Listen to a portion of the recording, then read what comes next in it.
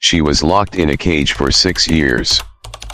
If one day you were driving through a quiet, broken town, where everyone walked with their heads down, where no one dared to acknowledge the sound of crying behind a rotting wall, what would you do?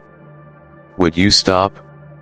Or would you be just another stranger, passing through like hundreds before you? This story begins exactly like that. No thunder. No explosion. No horror scene screaming for attention. Just a cold wind slipping through the seams of your coat. A nameless gas station.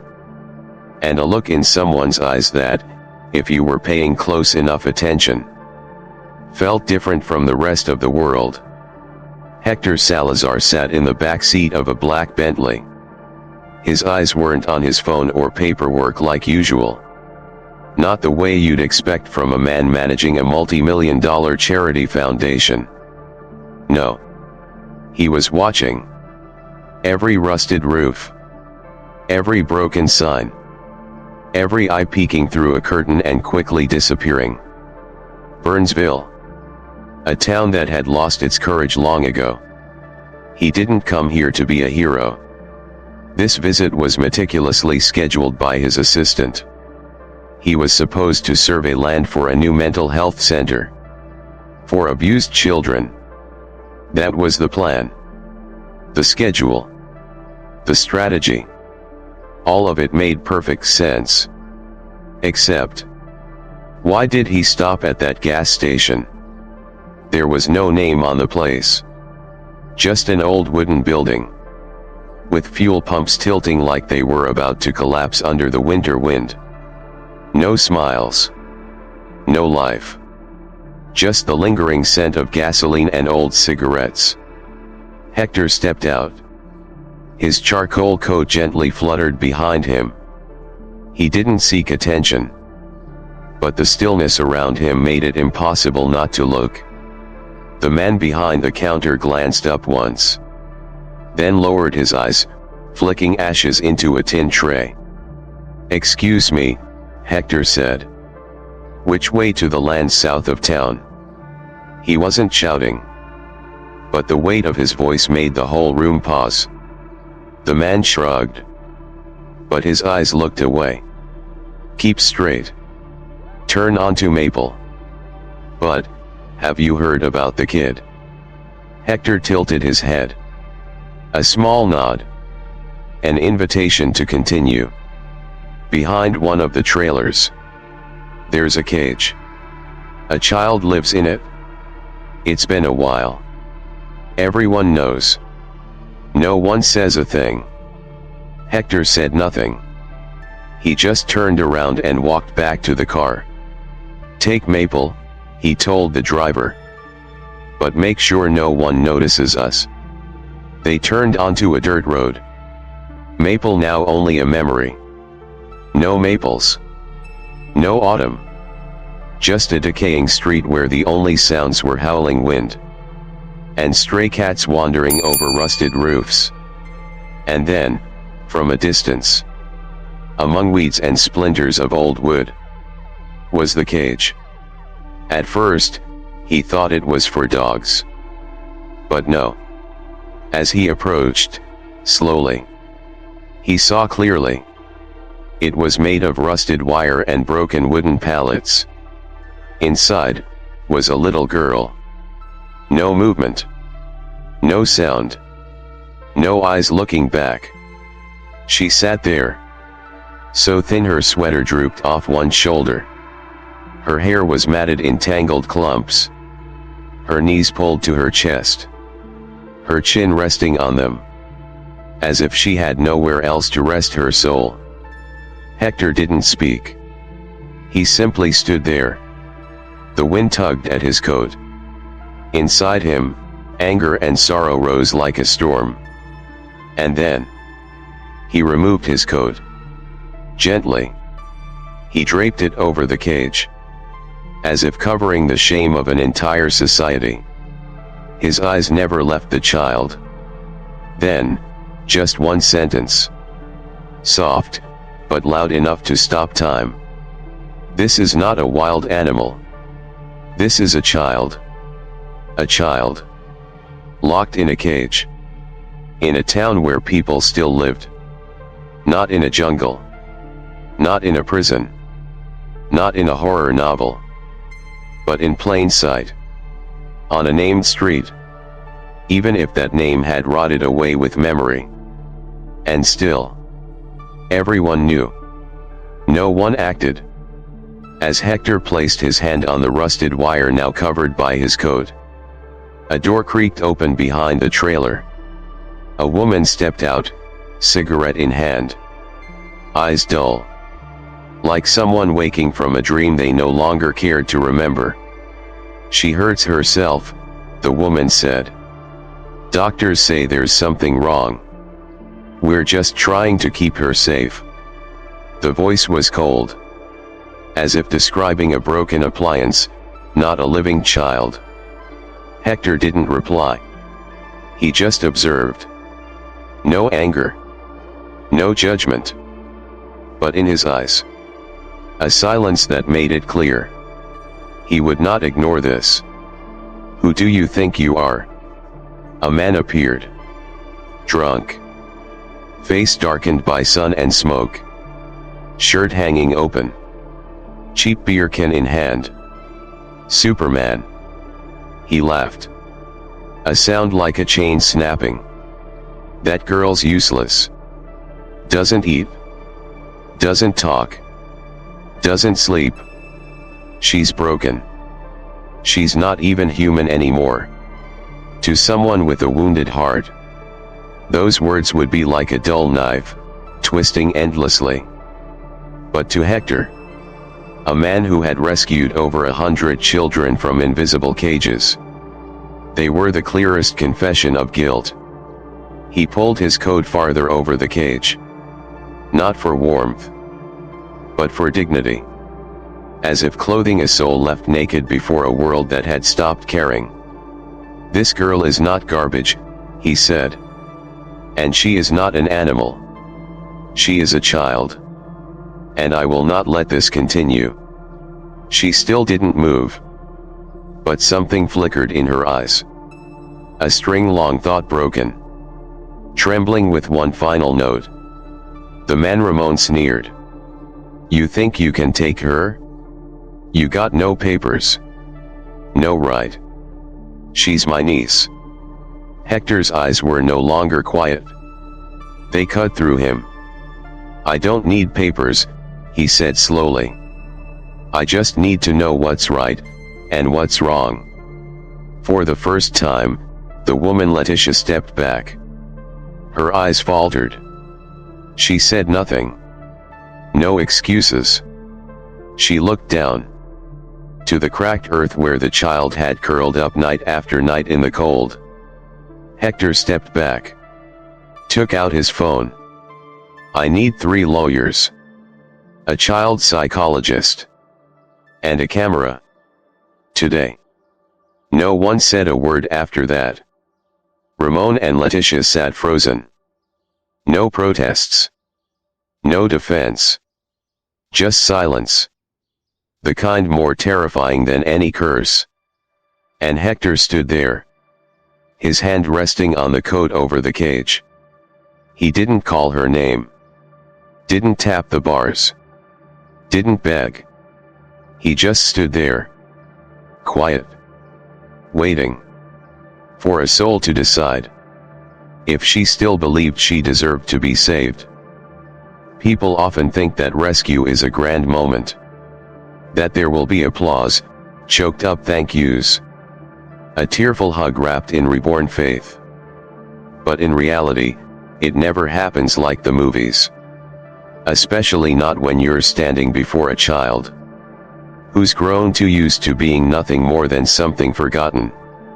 When Héctor opened the cage, Elina didn't run. She didn't cry or throw herself into his arms. Like a child finally finding her savior. She simply stayed where she was. Knees drawn to her chest, chin resting on top. But her eyes looked straight into his. A silent question. A quiet challenge to the patience of the man kneeling before her. Héctor didn't rush. He understood. A child who has been betrayed doesn't trust the hands that reach out. Because experience has taught her, those hands always pull away at the exact moment she needs them most. So Héctor sat down, just far enough not to threaten her. He didn't touch her, didn't coax her, didn't push. He simply said, "You don't have to trust me yet, but I won't leave." It didn't sound like a promise. It felt like a vow, engraved through presence. Elina didn't respond, but something changed in her eyes. A flicker.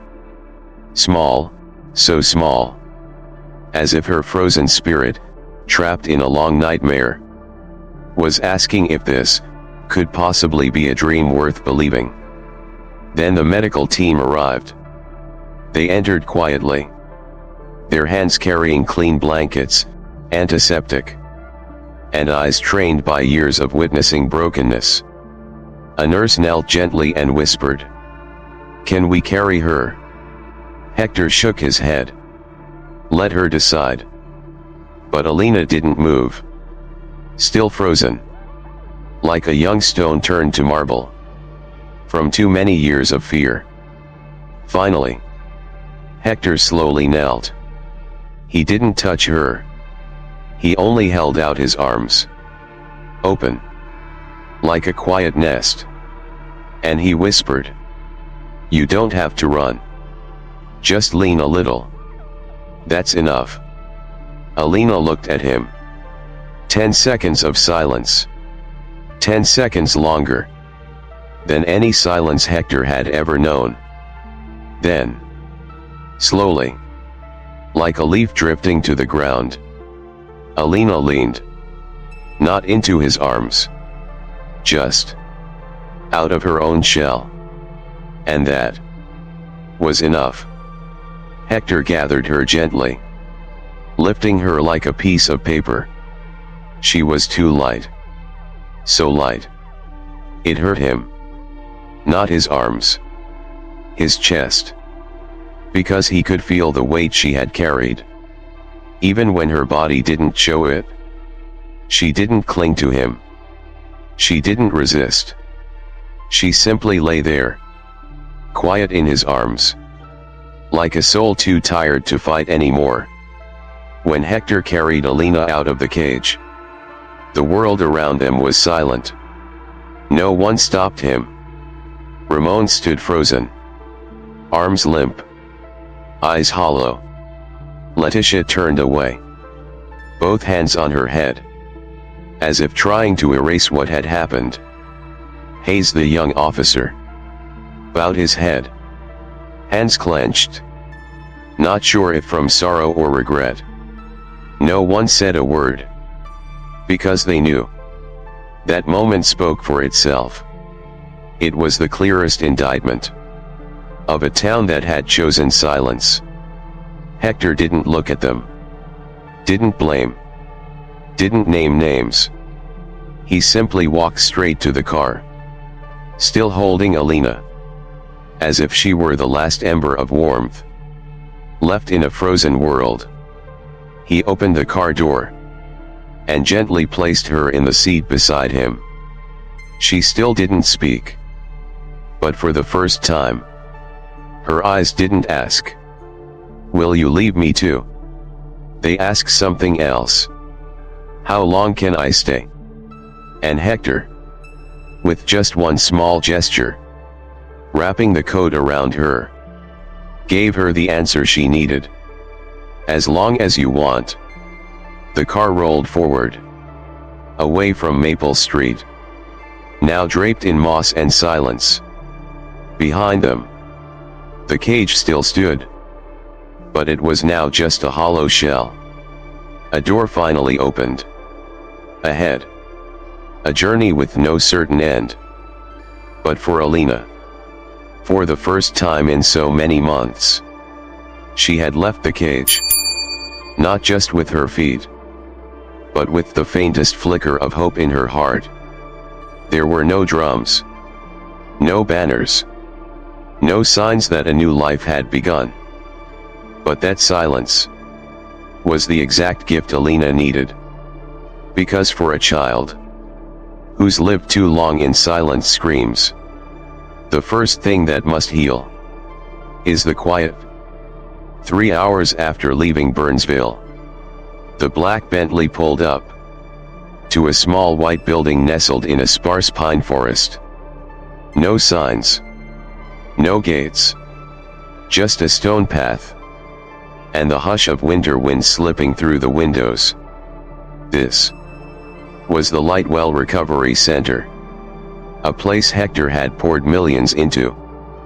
But today, he wasn't arriving as its founder. He was arriving as a man carrying a small, flickering light, hoping it wouldn't die. As he stepped inside, he didn't use the main entrance. He carried Elina through the side path, a quiet entry reserved for children too fragile for bright lights or loud sounds. No one asked for names, no papers, no cameras. Everything was prepared, not to receive her, but to step back, to not interfere, to not harm her again. Doctors, nurses, therapists, they had been waiting. But no one rushed. No footsteps echoed. No clipboard slapped against palms. They stood still, like the pines outside. Present, but never overwhelming. Héctor laid Elina on a small bed, in a softly painted room. Beige walls, a single window letting in light. No harsh colors, no noisy designs. Only one item, a gray cloth teddy bear. Not new, not old, just like Elina, belonging nowhere. She didn't look around, didn't resist, but didn't relax, either. She lay still, hands gripping the fabric of her shirt, like fear itself had become muscle memory. Héctor leaned in, adjusted the coat covering her, then turned toward the door. He stopped in the doorway, not looking back, and gave the lead doctor a soft nod. Don't push her. Just sit nearby. From that day on, every evening at 5 o'clock, Héctor returned. No flowers, no cookies, no comforting cliches. Just himself. A wooden bench in the hallway, a worn leather briefcase, and the same habit. Every single time, he'd open the case, pull out a few papers, and never read them. Just place them down, like a ritual of stillness. At first, the staff didn't understand. They whispered, "Why doesn't he go inside? Why doesn't he talk? Why doesn't he hold her like the father we all wish we had?" But slowly, they stopped asking, because they began to notice. Each evening, as his footsteps echoed in the corridor, Elina, still silent, didn't look out. But her heartbeat slowed. Her eyes stopped darting.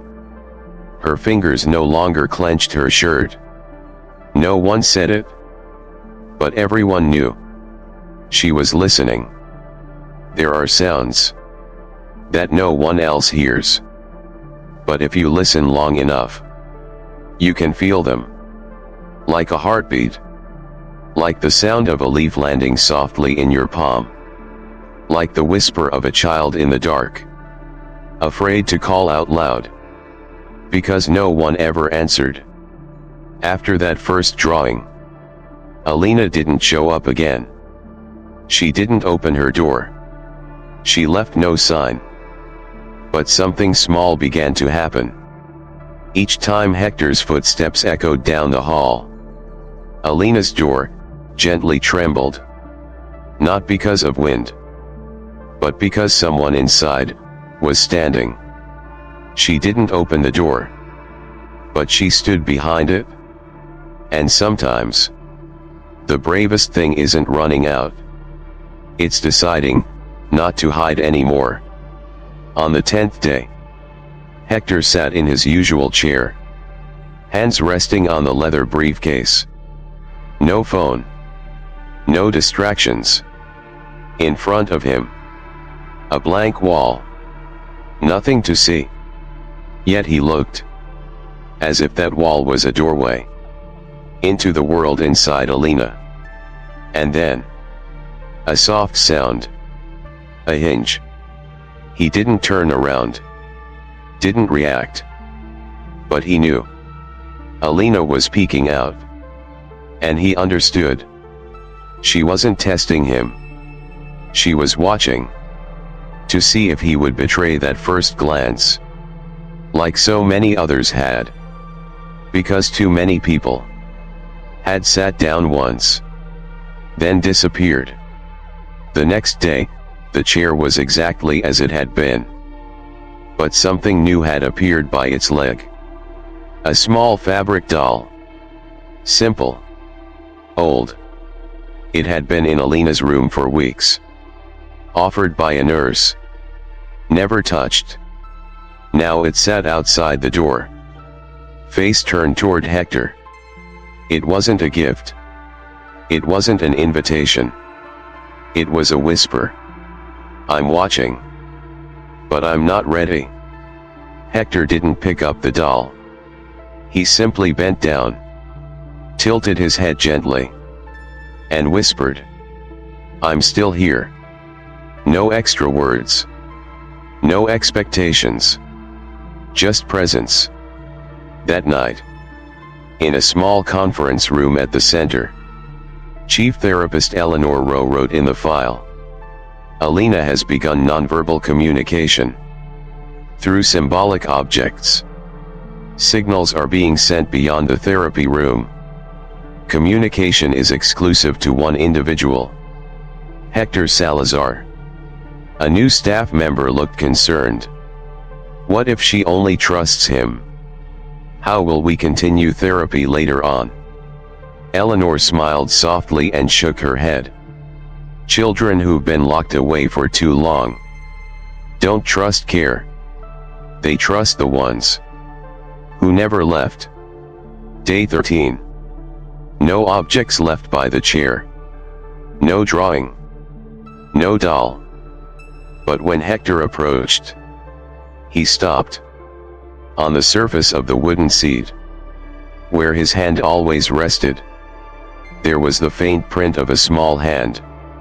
As if someone had once stood there, pressed her palm down, and quickly pulled it back. When she heard him coming, Héctor placed his hand over it. A perfect fit. And for the first time, he smiled. Even though no one saw. The next day, Elina did something no one expected. She left her room. Not far. Not toward anyone. She simply stepped out, glanced down the empty hallway, and sat on the bench, where Héctor always waited. He wasn't there. She sat quietly, touched the worn wood, where time had left its mark. Then she went back inside. That was the first time. The center's security camera captured her in the hallway. A girl who had once lived in a cage of iron, now sitting alone on the chair where someone had waited every single day, without forcing her out, without pulling her forward, just waited. That night, Elina didn't sleep. She lay awake, staring at the ceiling, arms wrapped around the gray teddy bear. Not because she missed where she came from, but because a question had quietly begun to form in her chest. If I scream, would anyone come? Not to hush her. Not to say, be quiet. Just to sit beside her, saying nothing at all. She clutched the bear tighter. For the first time in her life, Elina thought about dreaming. And in her dream, she saw a small wooden chair beside a half-open door. No one called her out. But that chair was never empty. Some children never call anyone mom or dad.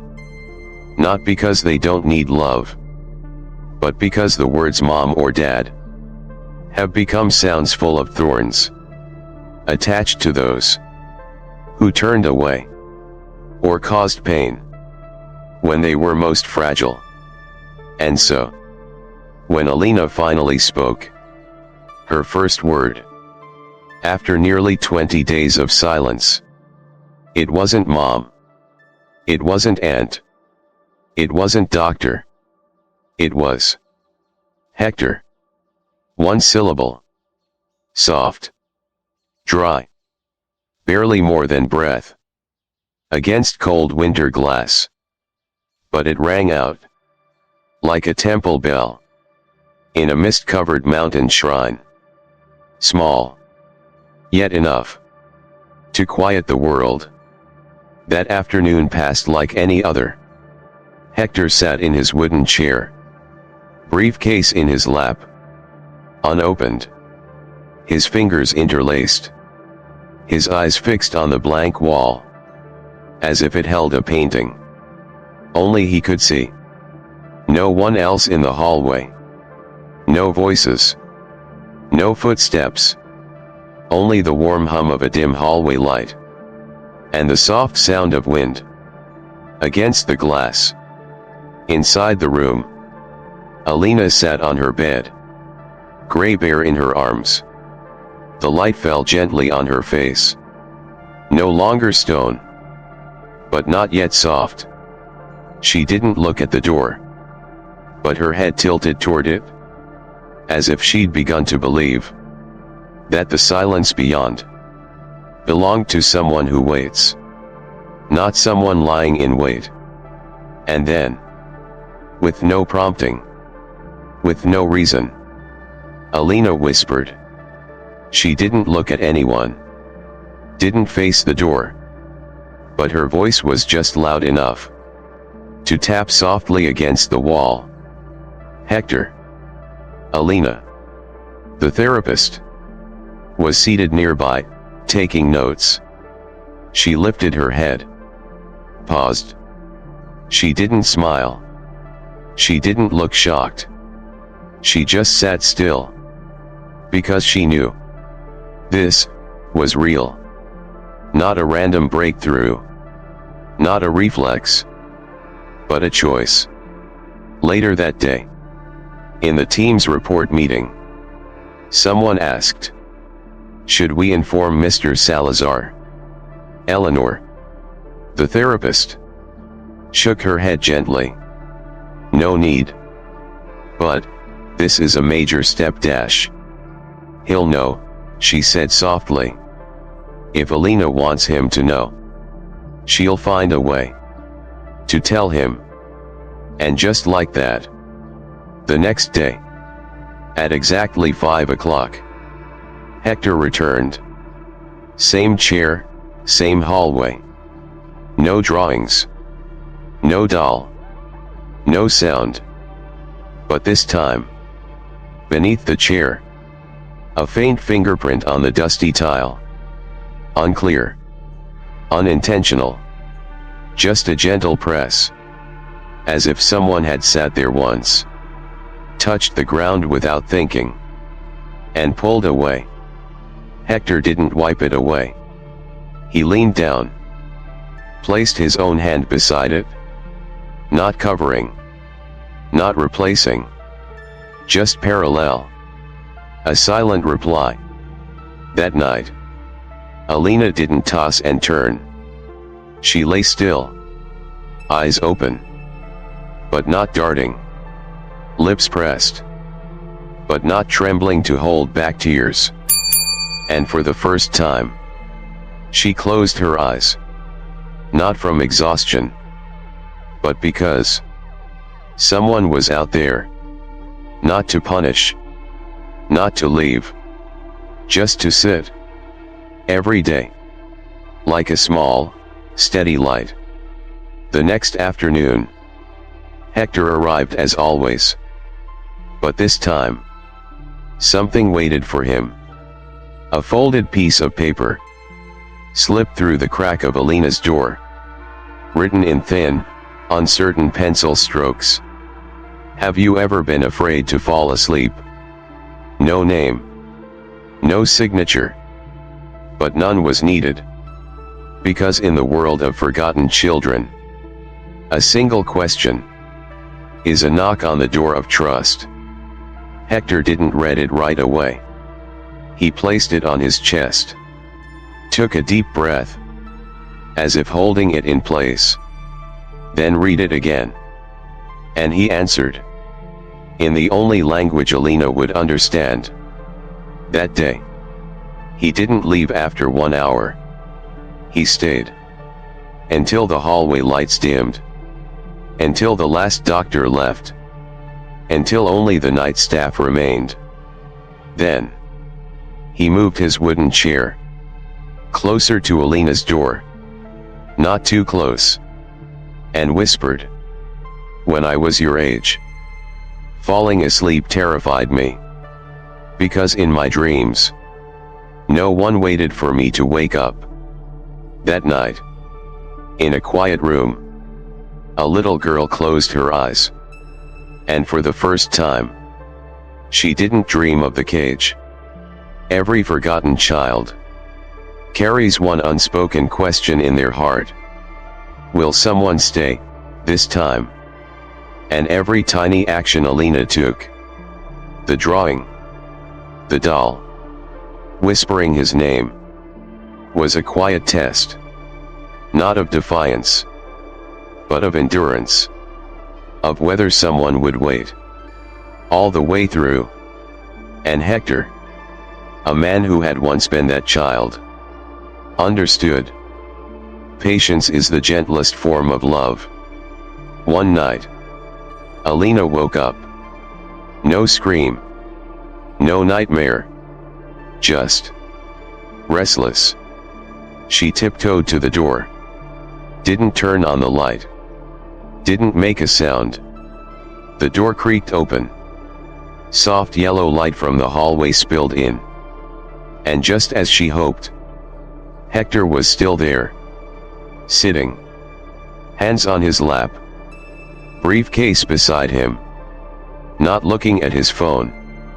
Not dozing. Waiting. Not to be seen. But so she would know. He hadn't left. Elina said nothing. She just slid something across the floor. A small wooden block. Painted in messy greens and yellows. It had no clear meaning. But to Héctor, it was the clearest message yet. I see you. And he understood. Sometimes, being seen is the first step toward healing. On the morning of day 21, Elina sat at the therapy table as usual. Crayons. Blank paper. Dr. Eleanor. Seated far enough not to pressure. That day, Elina didn't draw. She placed her hand on the paper. Then pulled it back. Then again. Quietly. As if waiting for herself to decide. And finally, after nearly 30 silent minutes, she spoke. If I scream, will they lock me up again? It wasn't directed at anyone in particular. But it wasn't a whisper to herself either. It was a scar, speaking out loud. Dr. Eleanor didn't answer right away. She didn't offer soft lies. Didn't say, "You're safe now." Because she knew. Children like Elina don't need promises. They need proof. And proof came that afternoon. Héctor, as always, sat outside her door, briefcase on his lap. Still, when Elina cracked the door open, he didn't turn, didn't exclaim, didn't call her name. He simply sat, as if every breath he took was holding the space open for her to step through. Elina held a folded piece of paper. She placed it in Héctor's hand, then turned back, closed the door.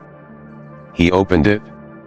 Inside, one sentence: "If I had a key, would someone take it away?" The next day, Héctor brought something with him. A small bundle, wrapped in velvet cloth. No colors, no decorations. After therapy, he placed it gently outside her door, knocked once, and walked back to his seat. Elina opened the door, picked it up. Inside, a real key. A small brass key, attached to a leather tag engraved with the words, "No one holds. Only keep safe." No lock. No instructions. Because Héctor knew, this key wasn't for opening doors. It was to remind Elina that she now had the right to close or open anytime. The following morning, Dr. Eleanor updated the chart. Elina received and kept a symbolic object representing autonomy. No questions. No return. It was an act of personal choice. Her first since arriving that evening. For the first time, Elina stepped outside after dark. Not because she was called. Not because someone asked. Because she wanted to take a walk. In her hand, the little key, worn on a cloth string, held gently in her palm. A few steps behind, Héctor walked too. Not ahead. Not behind. Beside her. As if to say, if you open any door, I'll be on this side. Not to push. Not to pull. Just to stand on the other side. In case you want to come back. In her old world, Elina had been locked behind metal bars. Now, she held a key in her hand.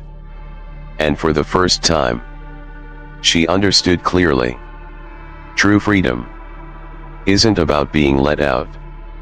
Freedom is knowing you can open the door or not. And no one has the right to force you either way. For most people, choosing an outfit in the morning might seem so small, it's barely worth thinking about. But for a child who had been imprisoned, whose meals, sleep, and breath had all been dictated by adults, the right to choose a shirt was her first declaration of freedom. That morning, Elina stepped into the therapy room. Her footsteps were still quiet. Her eyes still avoided direct contact. But she didn't hesitate like she used to. When Dr. Eleanor gently asked, "Would you like to draw or play with clay today?" Elina didn't respond right away. Instead, she looked toward the hallway, then turned back and said, "I want to ask Héctor something." Eleanor paused. She didn't gasp or smile. She simply nodded. "You can ask."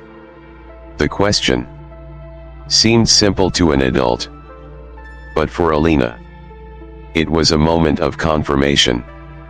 "I'm allowed to want things now, right?" And so she asked, "Can I choose my own clothes?" The room fell silent for a few seconds. Not because of the words, but because for the first time, Elina's action wasn't defensive. It was a choice. An act of identity. That afternoon, as always, Héctor arrived. Eleanor met him in the hallway. No reports in hand. Just one sentence. Elina wants to choose her own clothes. Héctor didn't answer immediately. But something in his expression shifted. Like a hidden spring had finally been released.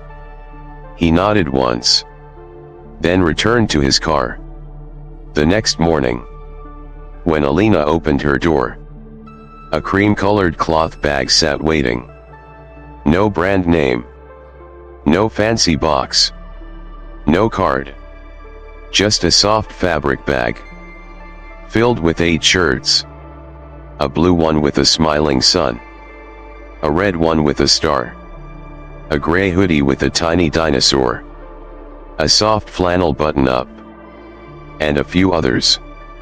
Not flashy. Not expensive. But each one chosen. With respect. Elina brought the bag into her room. She laid them out. One by one. Her hands brushed over every seam. Every piece of fabric. Not like they were clothes. But something sacred. And then, she chose the dinosaur hoodie. Not because it was the prettiest. Not because someone told her to. But because she wanted to. That afternoon, Elina stepped into the hallway. No drawing in her hands. No doll. Just the oversized gray hoodie, draping past her wrists. She walked over to the bench, where Héctor always sat. She sat down, 2 handspans away. Didn't look at him. Didn't say thank you. Didn't bow her head. She just sat, breathing evenly. Present. Letting trust exist. In its quietest form.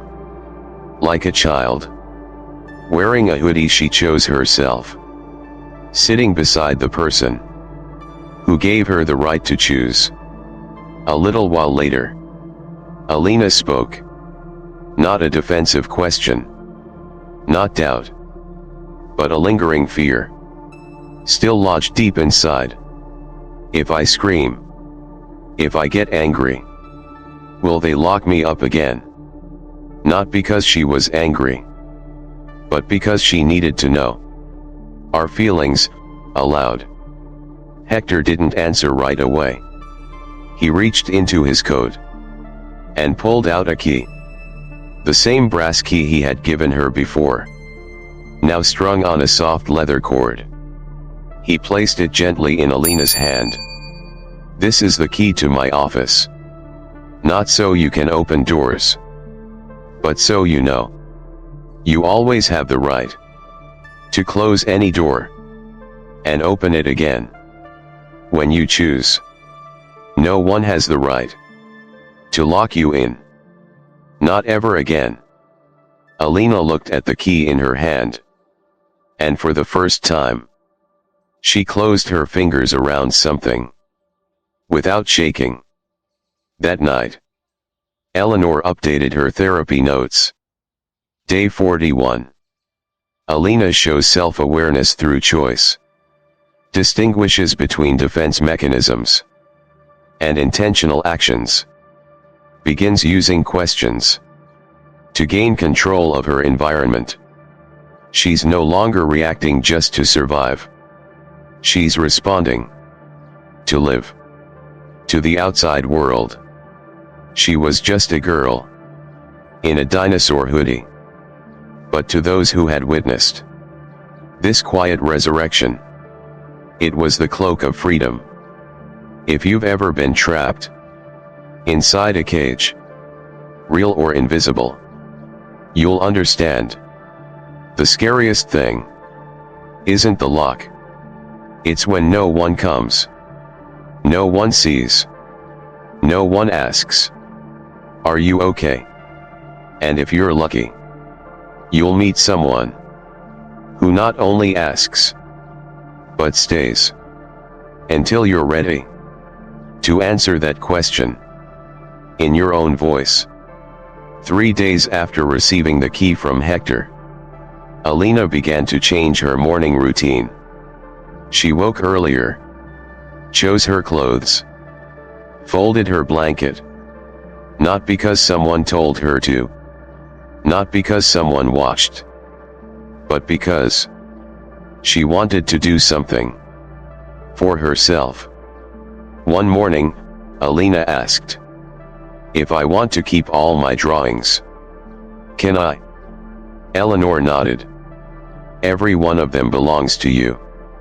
That small freedom, spread like dandelion seeds, light, but lasting." Elina started staying longer in her therapy sessions. She stopped looking down, stopped keeping her hands clenched. One day, Eleanor asked, "Do you want to tell a story or hear one?" Elina answered, "I want to hear a story about Héctor." That afternoon, Elina walked into the hallway. Right at 5 o'clock, Héctor sat there, old leather briefcase on his lap. She didn't wait for him to ask. She didn't say a word. She placed a small piece of paper into his palm and sat beside him, closer than ever before. It wasn't a drawing, just a single sentence, written in slow, careful letters. "When you were little, were you ever left behind?" Héctor didn't answer right away. He didn't tell a dramatic story. He didn't offer a life lesson. He simply said, "Yes." Many times. So many, that every time someone walked away, I thought they'd never come back. Elina said nothing, but she pulled a second paper from her pocket. This one. She didn't hand to him. She read it aloud, softly. "This time, I want to believe someone will come back." That very night, Héctor called George, chief attorney of the Lightwell Foundation. "I want to apply for permanent custody of Elina," he said. "No shared care. No conditions. Forever." George didn't ask why.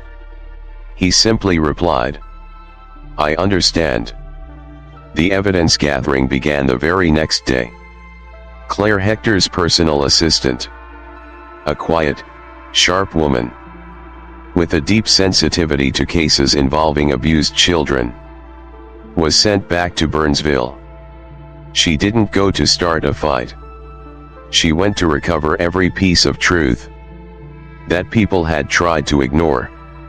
At the town's old clinic, Claire found a forgotten medical file. Elina had once come in with a broken arm. The report said accidental fall, but no one asked why. She wasn't wearing a shirt on a freezing winter day at the hardware store. The clerk remembered Letitia asking for wire mesh and wooden pallets for building a dog kennel, she'd said. But there was a child's car seat in her trunk. One neighbor, who asked for anonymity, provided a photo.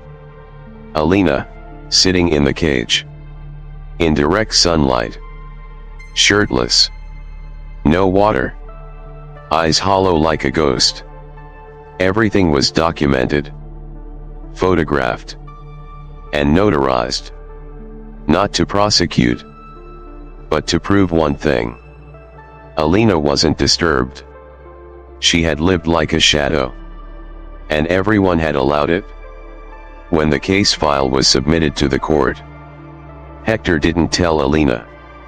He still showed up every afternoon. Same wooden bench, same briefcase, same quiet gaze, still as calm as a lake. Because he knew. This wasn't a battle for custody. This was about keeping a promise. To the child who once asked, "Will you leave me?" One afternoon, Elina walked out holding a small piece of paper. She didn't hand it to Héctor. She placed it on the bench as he stood up to leave. It was a drawing. A man. A little girl. A wooden chair. No red heart between them this time. Because now, they were sitting side by side. At the bottom, in her shaky handwriting, she wrote, "I'm not afraid you'll disappear anymore." The next day, the petition for legal guardianship was officially accepted by the family court. No verdict yet. But Elina didn't know that. And she didn't need to. Because for her, as long as someone was still sitting in that chair every evening, it was enough. In a world that had once been too cold, just one person staying in place was enough to warm an entire winter. Not every courtroom victory needs shouting or tears to make history. Sometimes, justice enters quietly, like a door that finally opens, after years of being sealed shut. No drama, just truth, placed gently in the center of a room, where no one could pretend they didn't see it. On Monday morning, the custody hearing took place. In a small beige-walled courtroom. Wooden chairs. No cameras. No news crews. No noise. But everything felt heavy. Because this wasn't a dispute. This was a confrontation. Between two worlds. One that had caged a child. And one that had waited outside her door. Ramon Miller. The man who once said, "That girl is broken," arrived in a wrinkled shirt, crooked tie, nervous eyes unable to hide their guilt. Letitia sat beside him. Messy hair. Gripping a bottle of water she never drank from. Across the aisle, Héctor Salazar sat silently. No emotional speech. Just a folder of documents. And the same unchanging gaze he'd carried since the first day he met Elina. The prosecutor began. She presented a copy of Elina's medical history, showing unexplained injuries. Receipts for materials Letitia had purchased matching the cage's construction. A neighbor's photo, Elina caged in 104-degree heat, shirtless, no water. A psychological analysis. Severe post-traumatic stress. Marked by silence, defensive responses, sound sensitivity, and total distrust of people. The prosecutor didn't shout. Didn't grandstand. The evidence spoke loudly enough. When questioned, Ramon shrugged. "I don't get it." She didn't listen. She hurt herself. "How do you teach a kid like that?" Letitia's voice was barely a whisper. "I didn't want to lock her up. But she was dangerous. I was scared." "Scared of what?" the opposing attorney asked. Letitia didn't answer. Her eyes drifted toward the door, like she was trying to escape the room she could no longer avoid. Then it was Héctor's turn. He stepped onto the witness stand. No papers. No glances at the defendants. Just eye contact with the judge. A man who looked like he'd seen too much and heard too little that was real. "I'm not here to play the hero," Héctor began. "I didn't rescue Elina. I just came. And I sat. Day after day." He paused. Then continued. "That child didn't need a savior. She needed a chair. Someone who wouldn't walk away. When she cried, wouldn't leave. When she screamed, wouldn't flinch. When she went quiet, his voice didn't crack. It wasn't poetic, but every eye in the courtroom was fixed on him, because he'd just spoken aloud what most people never dared admit: the responsibility so many had refused to carry. "I didn't come to demand justice for Elina," he finished. "I came to make sure no one ever calls her broken again." The judge didn't ask questions. He simply nodded and called for a 20-minute recess. Before delivering the ruling, no one left the room. No whispers. No chairs scraping. Just silence. Like a sacred chant, echoing in a courtroom that needed no religion. When court resumed, the judge read aloud, "This court acknowledges that the evidence provided by the plaintiff is clear, consistent, and carries both legal and moral weight. The ruling is as follows. Legal custody of Mr. Ramon Miller and Ms. Leticia Munoz is terminated. Full, unconditional, and permanent guardianship is granted to Mr. Héctor Salazar. This decision takes effect immediately." No applause. No cheers. But it was, in every sense, a declaration. A silent proclamation. For a child who had once been treated like an animal, she was now recognized as a human being. With a name. With rights.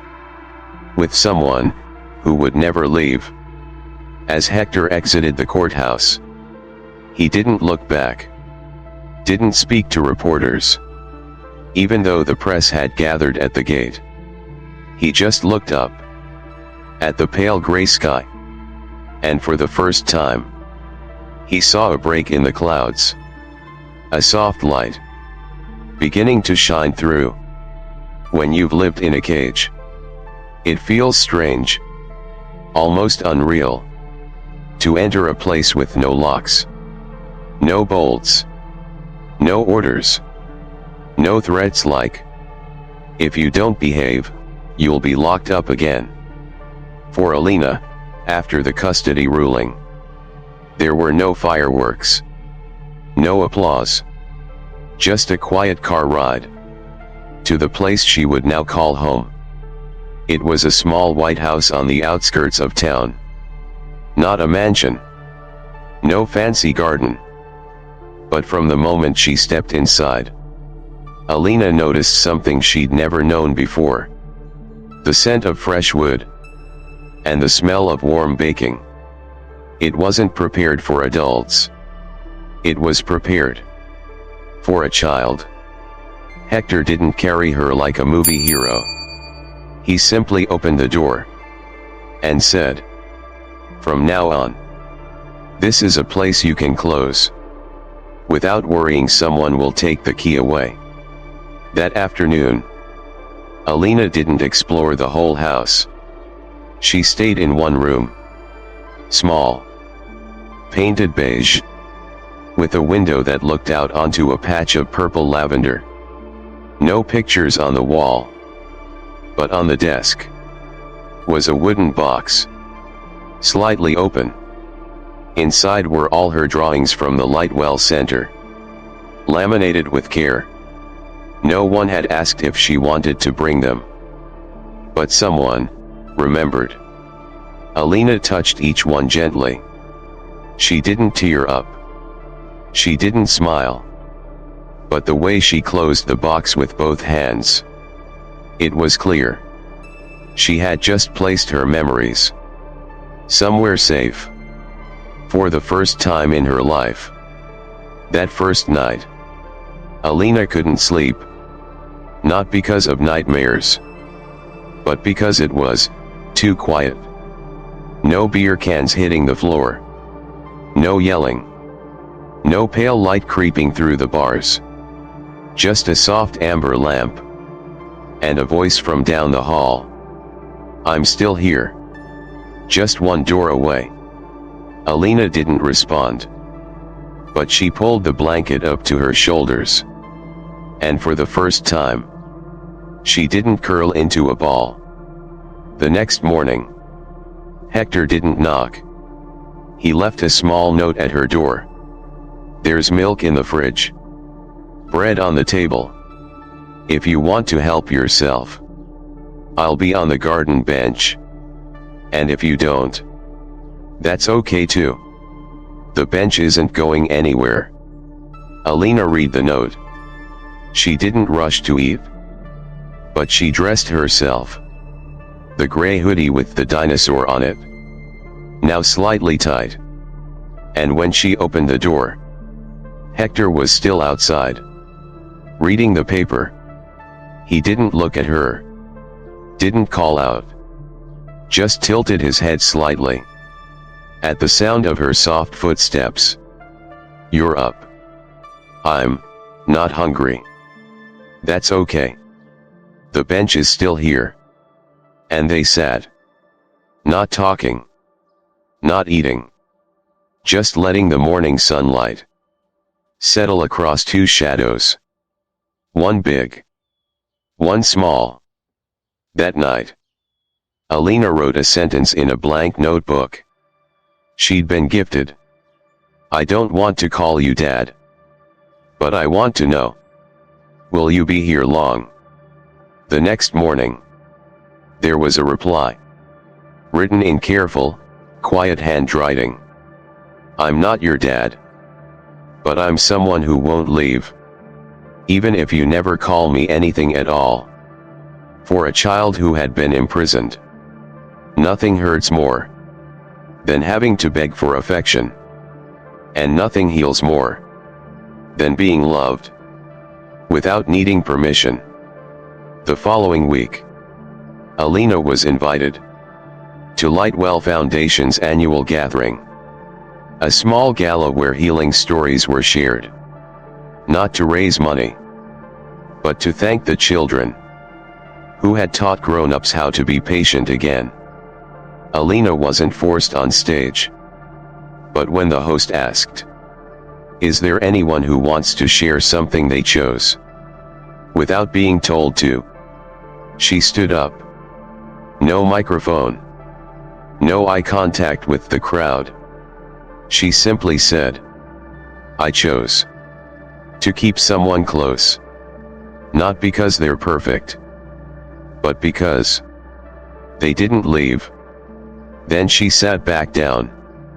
Not for applause, but because it was the first time she called a choice her own. Some people come into your life with grand promises. Then they leave quietly. No door slam. No goodbye. And others, they don't promise anything. They just show up and stay. Elina had known too many of the first kind. But this time, she was learning to believe in the second. After the gala, Elina didn't say much. But that night, she wrote in her notebook, if one day I tell you to go away, will you? It wasn't rebellion. It was a quiet fear, tucked deep inside. If I'm not perfect, will the one I love still stay? The next morning, Héctor replied. Again, in handwriting. If you need space, I'll step back. But I'll never disappear. Because the ones who stay don't need an invitation. They just need to be trusted. That day, Elina did something small. No one asked her to. She went to the kitchen, sliced an apple into thin pieces, washed her plate, then placed a small cloth on the table beside Héctor's seat. No card, No ribbon. Just a cloth. Folded neatly. With a tiny note. This is the spot. For someone who never leaves? Héctor didn't say anything. But that night, after Elina had fallen asleep, he left a book on her table. Not a children's story, but a hardcover, blank journal. Inside the first page, he wrote, "Write anything you choose. Because your story deserves to be told." The next day, Elina drew. Not a house. Not people. She drew a wooden chair, sitting between two doors. No one sat in it. But beneath the drawing, she wrote, "I know this chair never leaves." That night, as soft rain tapped against the windows, Héctor passed by Elina's room and saw the light still on. He knocked. No answer. He waited. Didn't turn the handle. Didn't press. Just stood quietly. And after a moment, the door opened. Elina stood there. Pillow in her arms. Hair messy. Eyes still wet. "I don't want to dream. Because if I do, then I wake up. And everything disappears." Héctor knelt down. Didn't hug her. He just said, "If you ever have a dream that scares you, let me sit outside of it. I won't go in. But I'll stay at the gate. So in the morning, you'll know someone's still here." Elina didn't speak. She just pulled on his sleeve, then handed him the pillow. "Sit in the hallway. Like before." That night, Héctor fell asleep in the hallway. Back resting against the wall. Pillow in his lap. Not because he felt he had to, but because a child needed to feel she wasn't dreaming alone. The next morning, Héctor woke up still in the chair, neck aching. But beside him for the first time was a cup of hot cocoa. No one said who left it. No one told him to drink. But next to it was a small note. "Thank you for not leaving your place. There comes a day in the life of a child who has been abandoned long enough, when they ask themselves, could I be the one who stays for someone else? Not to become a hero, but to return the presents they were once given."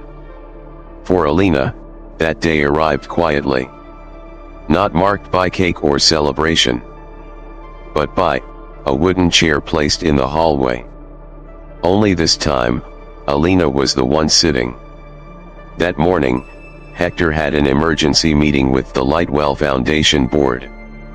For the first time since gaining guardianship, he would be gone the entire afternoon. He knelt down and told Elina gently, "This afternoon I won't be sitting outside your door. But I'll be back before you fall asleep. And if I'm not, it's only for today." Elina nodded. No fear. No anxiety. Just her gaze lowered for a long moment, as if she were weighing something very big. At exactly 5 p.m., the wooden chair was still empty. Elina stepped into the hallway. Looked left and right. No one questioned her. No one told her to return to her room. And then, she sat. Pillow in her arms. Eyes fixed on the familiar white door. Just as Héctor had done for months before. Staff passed by quietly. Because they understood. Today, a child was guarding trust. For the one who once did that for her. To keep anyone from entering her heart without permission. To keep old fears from retaking that seed. To ensure absence wouldn't erase memory. Elina said nothing. Didn't draw. Didn't hold her stuffed bear. She just sat. a living witness to something she hadn't believed in a year ago. Unconditional steadfastness. Around 6 p.m., the elevator doors opened. Héctor stepped out, coat slung over his arm, hair slightly tousled. But his eyes still held that quiet gaze of a man who once promised, "I'll stay." And when he saw Elina sitting on that very same wooden chair, he stopped.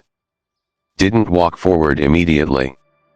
He just stood still, letting the moment become a memory. Elina looked up. No smile. Just whispered, "I saved your seat." Héctor walked over, sat beside her. Not taking the chair back. Just sat, on the floor, back against the wall. And replied, "Then tonight, I'll sit beneath the new guardian." That night, Elina wrote in her white journal, "For the first time, I don't need to be reassured.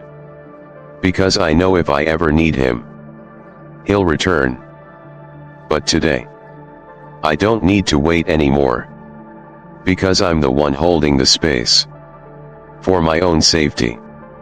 And perhaps, for the very first time, Elina wasn't just being loved. She knew how to love back. Not with flowers. Not with tight hugs. Not with sweet words. But with presence. Because after all, someone who once lived in a cage, once they're steady, will understand. Loving someone isn't about being close. It's about sitting in the right place, at the right time. And not leaving. A year had passed since Elina left the steel cage. People say time heals everything. But for Elina, it wasn't time. It was the uninterrupted presence of someone who made no promises and simply stayed. That evening, as spring kissed the windowsill, Elina sat in her own room. Warm yellow light glowing on her journal. Her hand no longer trembled as it once did. Her handwriting still leaned slightly. But it was steady now. She no longer avoided emotional words. She wrote, "I used to believe that if someone really loved me, they'd come save me. Now I understand. If someone really loves me, they won't leave. Even when I'm not ready to walk out yet." The next morning, Héctor took Elina to school for the first time. No pressure. No honor roll. No slogan about rising from hardship. Just a small building with children's laughter. And bougainvillea blooming purple against the brick wall. When the car stopped, Elina turned to Héctor. "If I don't know anyone, can I come back to the car?" Héctor nodded. "Of course. And if you need me, I'll be on the bench out front. Just like always." Elina opened the door. Still holding her backpack straps. Feet hesitant. Then stepped out. Didn't look back. But after 3 steps, she turned around, walked to the car window, and tapped lightly. "You don't have to wait all day. I'll be back.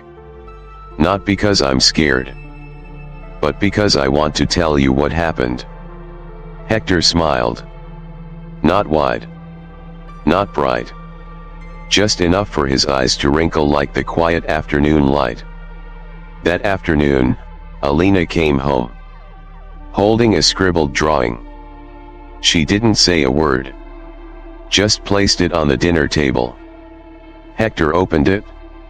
The drawing had 3 things. A small house. A chair placed outside the door. And a door, left open. At the bottom, it read, "Home isn't the place with locks. It's the place where someone is always waiting.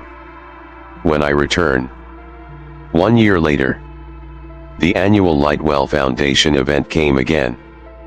This time, no one invited Elina to participate. But she raised her hand. When asked, what would you like to do? Elina didn't choose to tell a story. Didn't choose to sing or dance. She only asked for a chair. At exactly 8 p.m., when the stage lights turned on, the entire room fell silent. As Elina sat quietly on stage, under the soft golden light. No words. No performance. Just stillness. And after 5 minutes, Elina stood, bowed, and said, "Once, someone sat on a chair, for months. Just so I'd know I was worth staying for. Tonight, I sit here. Not because I've been abandoned, but because I choose to stay. For anyone still lost in the dark." As she stepped down from the stage, the audience remained utterly silent. And as she walked past the front row, where Héctor sat with misty eyes but straight back, Elina paused. She didn't say "I love you." She didn't say "thank you." She simply placed a small key in his hand. No lock came with it. Just a symbol. And she whispered, "Now it's my turn to hold the door for someone else." When you've once been the child who was locked in, one day, you will no longer fear the door. And in time, you may even become the one who holds it open for someone else. That's when you'll understand. Healing isn't about forgetting the past. It's about knowing you were hurt and still choosing to stay. Because the world doesn't need more saviors. It needs more chairs. And the people who won't walk away. If you've stayed with Elina until the very last word, thank you. Not because you heard a sad story, but because you stayed. Just like Héctor once did. And sometimes, that's the only thing a wounded soul ever really needs.